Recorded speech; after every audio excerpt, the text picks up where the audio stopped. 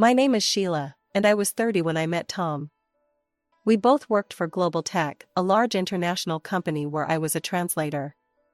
Tom was in the IT department, always ready with a joke or a helping hand when my computer decided to throw a tantrum. It didn't take long for our coffee breaks to turn into dinner dates, and soon enough, we were inseparable. A year later, Tom got down on one knee in the middle of our favorite park. The wedding was a whirlwind of white lace and champagne toasts. Tom's parents, Margaret and Robert, seemed nice enough. Margaret hugged me tightly and whispered, "Welcome to the family, dear." If only I had known then what that welcome truly meant. After the honeymoon, we moved into Tom's apartment. It was spacious and modern, with a view of the city skyline that took my breath away. "This is perfect," I said, twirling around the living room. Tom grinned.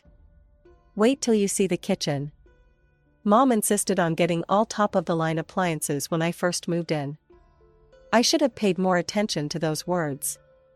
Should have asked more questions. But I was too caught up in the excitement of starting our life together. The first few weeks were bliss. Tom and I fell into an easy rhythm, sharing chores and enjoying quiet evenings together. Then, one Saturday morning, it happened. I was in the kitchen, attempting to make pancakes, when I heard the front door open. Thinking Tom had returned from his morning run, I called out, "Hope you're hungry, babe." But it wasn't Tom who walked into the kitchen.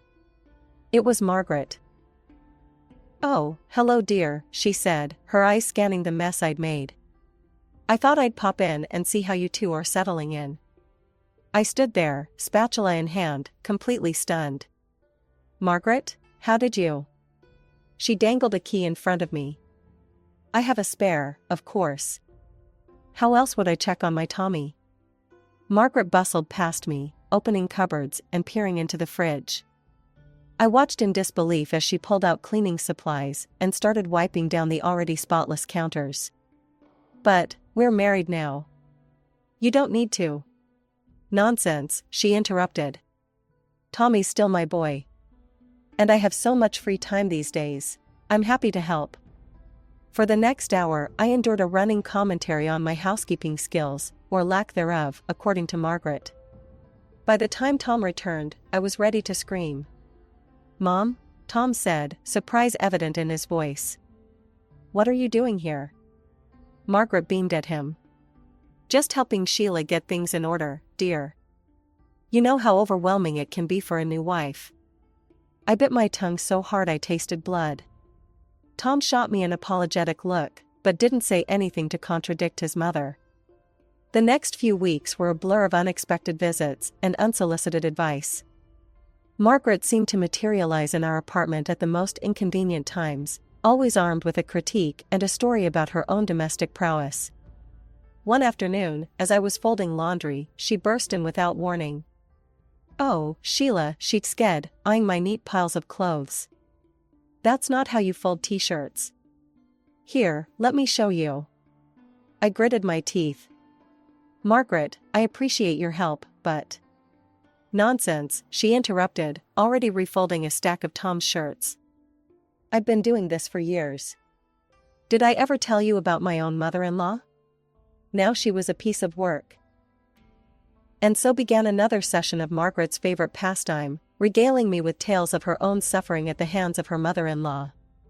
She used to come over unannounced, Margaret said, oblivious to the irony. Always criticizing my cooking, my cleaning. Nothing was ever good enough for her. I bit back the urge to point out the similarities. Instead, I forced a smile. "That must have been difficult." "Oh, it was," Margaret nodded sagely. "But I endured it. And look how well Tommy turned out. You should be grateful I'm nothing like her." Grateful, right? Because having my privacy invaded and my abilities constantly questioned was such a blessing. As the days wore on, my patience wore thin. Margaret's visits became more frequent, her criticism more pointed. She'd run her finger along the top of the fridge, skiing at imaginary dust.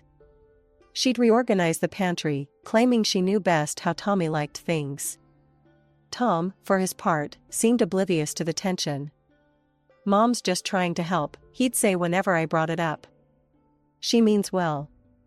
But good intentions or not, I was at my breaking point. The constant intrusion, the endless criticism, the thinly veiled insults, it was all becoming too much. It came to a head one Sunday afternoon.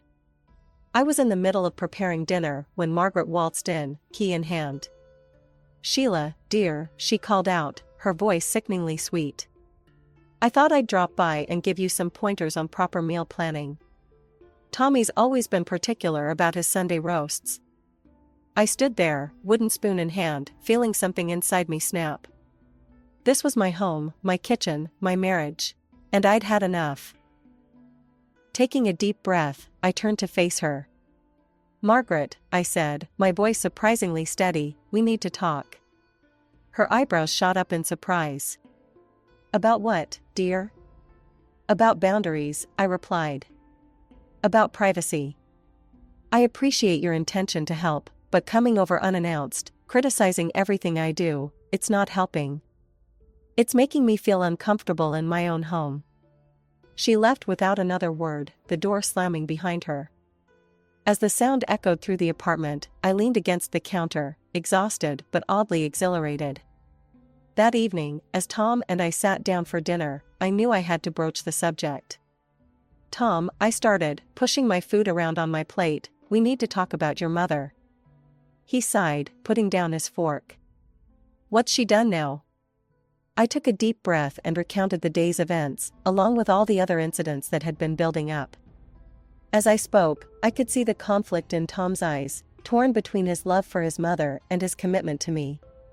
"Sheila, I know Mom can be intense," he said carefully. "But she means well. She's just trying to help." I shook my head. "Tom, I understand that. But this isn't help, it's control.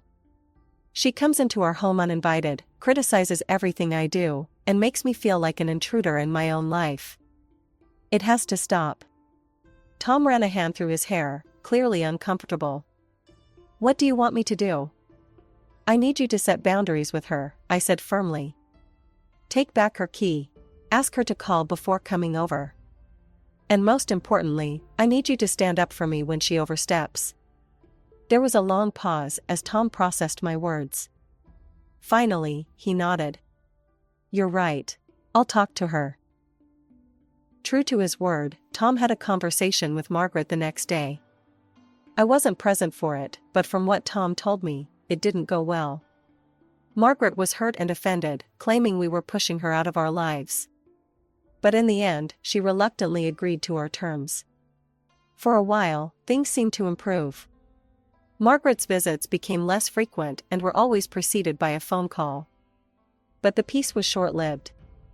It started with little things. Suddenly, I found myself uninvited to Sunday dinners and holiday celebrations. When I asked Tom about it, he'd shrug uncomfortably. "Mom says it's just immediate family this time," he'd say, not meeting my eyes. The final straw came on Tom's father Robert's birthday. Tom and I had planned to go together to wish him well, but at the last minute, Tom got called away on an urgent work matter. "You should still go," Tom insisted. "Dad would want to see you." Hesitantly, I agreed. I rang the doorbell, gift in hand, and waited.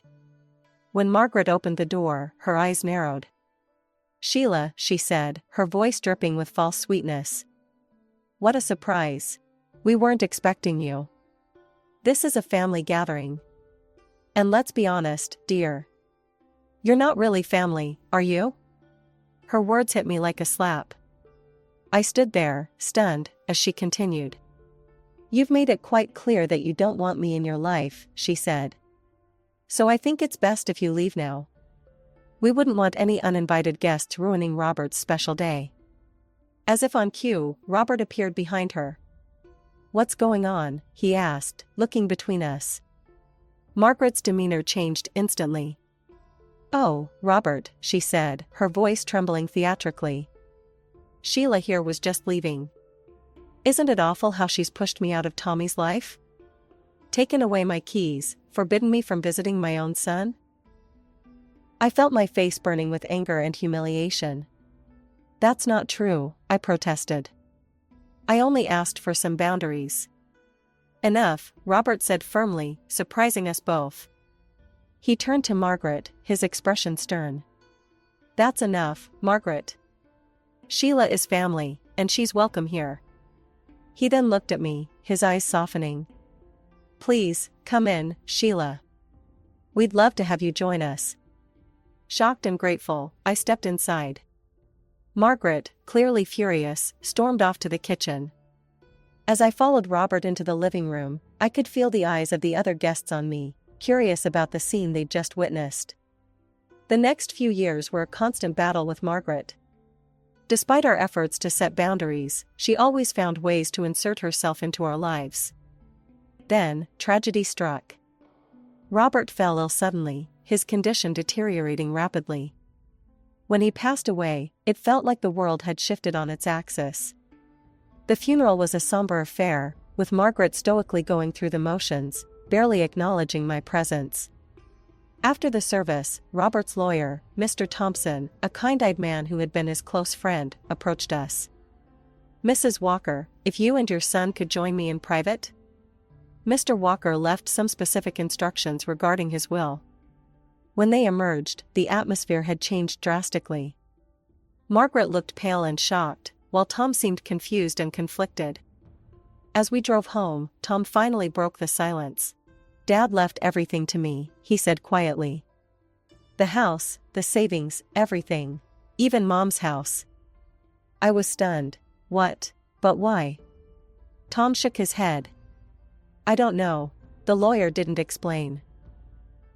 At that moment, I remembered Margaret's reaction. Her face had been a mix of disbelief and anger. I could have sworn I heard her mutter under her breath, "That fool," before composing herself. The next day, Margaret called Tom, her voice trembling. Tommy, you're not going to kick me out, are you? This house, it's all I have left of your father. Tom's response was immediate. Of course not, Mom. The house is yours to live in. And I'll set up a monthly allowance for you. I didn't object. It was Tom's inheritance, his money, his decision. And despite our differences, I couldn't imagine leaving Margaret homeless after losing her husband. However, our act of kindness did little to soften Margaret's attitude towards me. She stopped coming to our house, but her influence was still felt. She called Tom constantly, always with some emergency or excuse for why he needed to come over. Tommy, the sink is leaking. I think I heard a strange noise in the attic. I'm not feeling well. Could you stay the night, just in case? Tom, ever the dutiful son, would rush to her aid, often staying overnight. It was driving me crazy. As Margaret's birthday approached, I braced myself for another round of exclusion. For the past 2 years, I'd been pointedly uninvited from family gatherings, relegated to the role of outsider in my own marriage. So when Tom announced he had to leave on a last-minute business trip, I resigned myself to a quiet evening alone. I was surprised, then, when my phone rang the day before Margaret's birthday. Even more surprising was the name on the caller ID. Sheila, dear, Margaret's voice oozed sweetness through the speaker. I'm calling about my birthday celebration tomorrow. I know we've had our differences, but I'm tired of all this hostility. I'd like us to reconcile. I stood there, phone pressed to my ear, utterly dumbfounded. You want me to come to your birthday party? Of course, dear. I know Tommy can't make it, but I'd love to see you there. What do you say? Part of me wanted to refuse outright. After years of snubs and barely veiled insults, why should I believe this sudden change of heart? But Margaret's voice sounded so sincere, so genuinely warm, that I found myself wavering. I suppose I could stop by, I heard myself say. Wonderful, Margaret exclaimed. It's at the Willow Creek Country Club. I'll see you at 7. The next evening, I found myself driving to the country club, a carefully chosen gift and a bouquet of flowers on the passenger seat beside me. As I approached the entrance, a sense of unease settled in my stomach. I pulled up to the security barrier, where a guard stepped out of his booth. Name, please? Sheila Walker, I replied, trying to sound competent. The guard scanned his list, then frowned. I'm sorry, ma'am, but I don't see that name here. There must be some mistake, I said, my unease growing. Margaret Walker invited me personally. I'm her daughter-in-law. The guard shook his head. I'm sorry, but if you're not on the list, I can't let you in. It's a private event. Flustered, I got out of the car and pulled out my phone and called Margaret. After a few rings, she picked up. Margaret, it's Sheila. I'm at the entrance, but they won't let me in. A few minutes later, I saw Margaret approaching the barrier, surrounded by a group of well-dressed guests.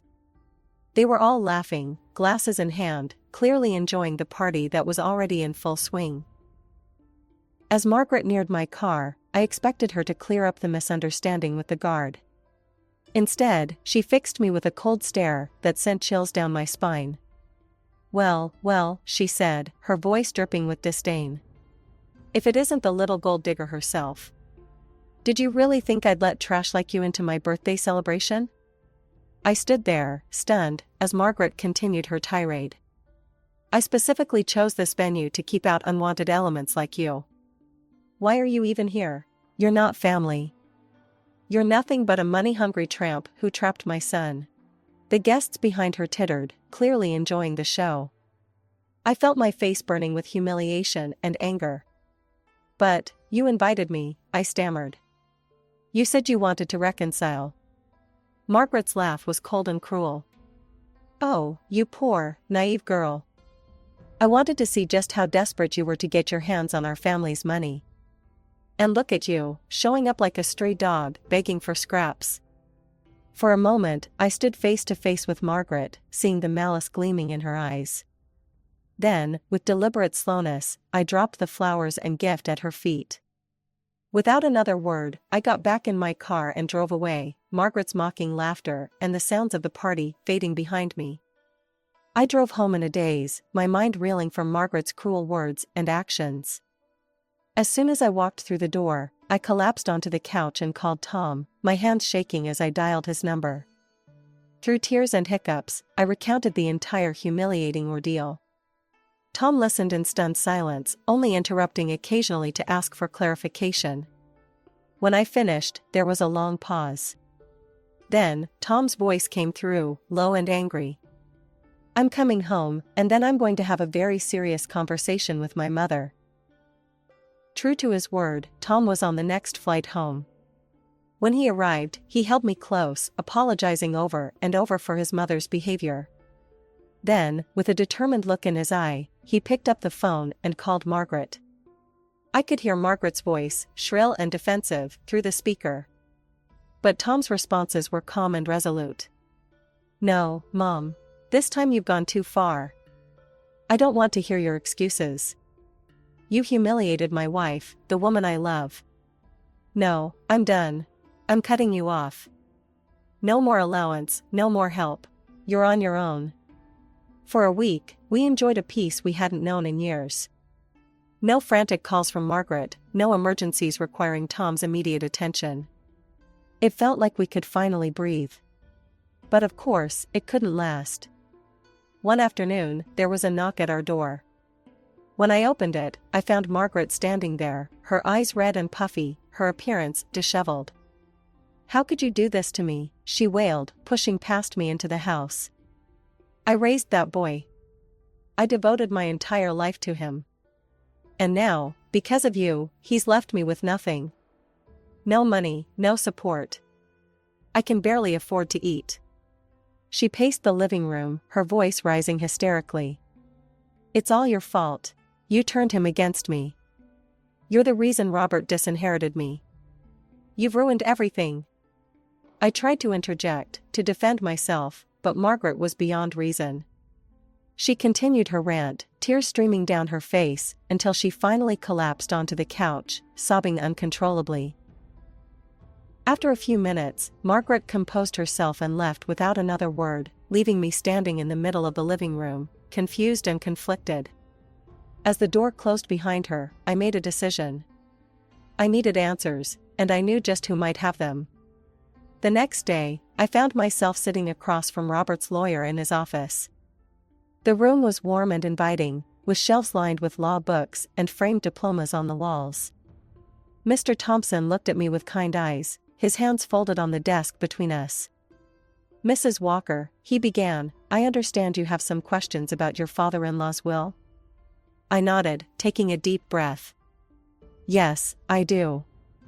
I need to understand why Robert left everything to Tom and nothing to Margaret. It just doesn't make sense." Mr. Thompson leaned back in his chair, a conflicted look crossing his face. He seemed to be weighing his words carefully.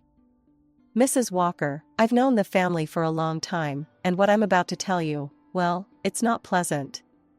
The truth is, Margaret had been unfaithful to Robert." I felt my jaw drop. "What?" "She had a lover," Mr. Thompson continued. "A man who passed away shortly before Robert's death. This man left Margaret a significant amount of property in his will." I sat there, stunned, as Mr. Thompson went on. "Robert found out about the affair and the inheritance. They had a terrible argument, and that's when he decided to change his will, leaving everything to Tom." My mind was reeling. Margaret, who had always portrayed herself as the devoted wife and mother, had been living a double life. But Mr. Thompson wasn't finished. "There's more," he said, his voice somber. "Years ago, when Tom was just a boy, Robert's mother, Tom's grandmother, fell ill.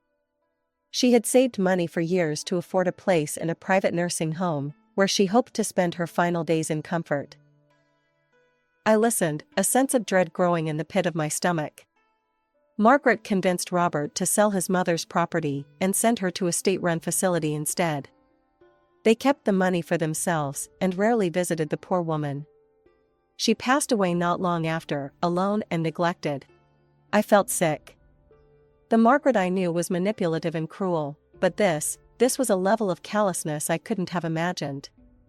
"Robert carried that guilt with him for years," Mr. Thompson said softly. "I think changing his will was his way of trying to make things right, to ensure that Margaret couldn't do to Tom what she had done to his mother." As I left Mr. Thompson's office, my head was spinning. The woman who had accused me of being a gold digger had been the real predator all along, pursuing her own interests at the expense of her family's well-being and happiness.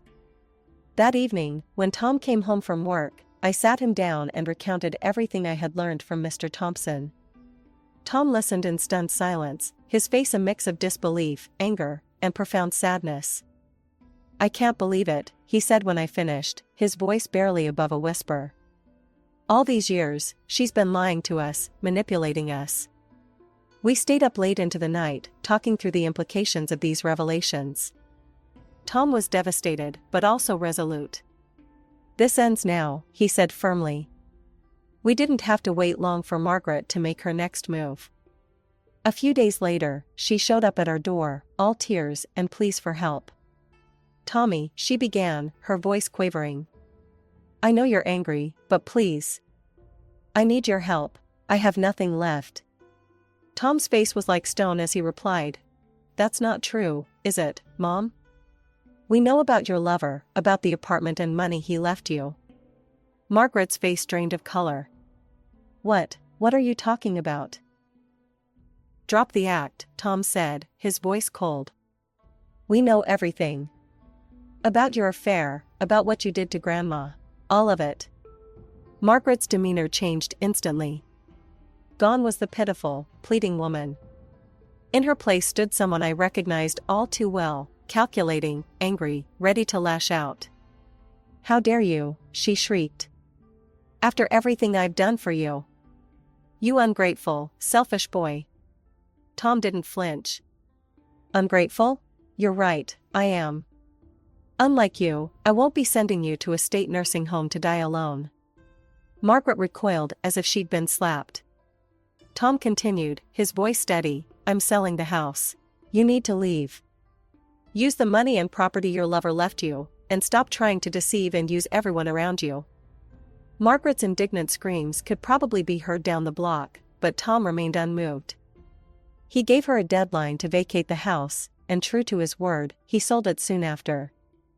We later learned that Margaret had moved into the apartment left to her by her lover, evicting the current tenants and having to pay a hefty sum for breaking their lease. She tried calling Tom a few times after that, alternating between tearful pleas and angry accusations, but we stood firm in our decision to cut ties. As the dust settled from this tumultuous period, Tom and I found ourselves looking toward the future. And what a future it was shaping up to be. I was pregnant. We decided to sell our apartment and look for a small house, somewhere we could raise our child in peace, away from the shadows of the past. We were careful not to let any news of the pregnancy or our plans to move reach Margaret. The last thing we wanted was for her to find a way back into our lives, especially with a baby on the way. Driving away toward our new home and new life, I felt a sense of hope I hadn't experienced in years. Whatever challenges lay ahead, I knew Tom and I would face them together, stronger for having weathered this storm.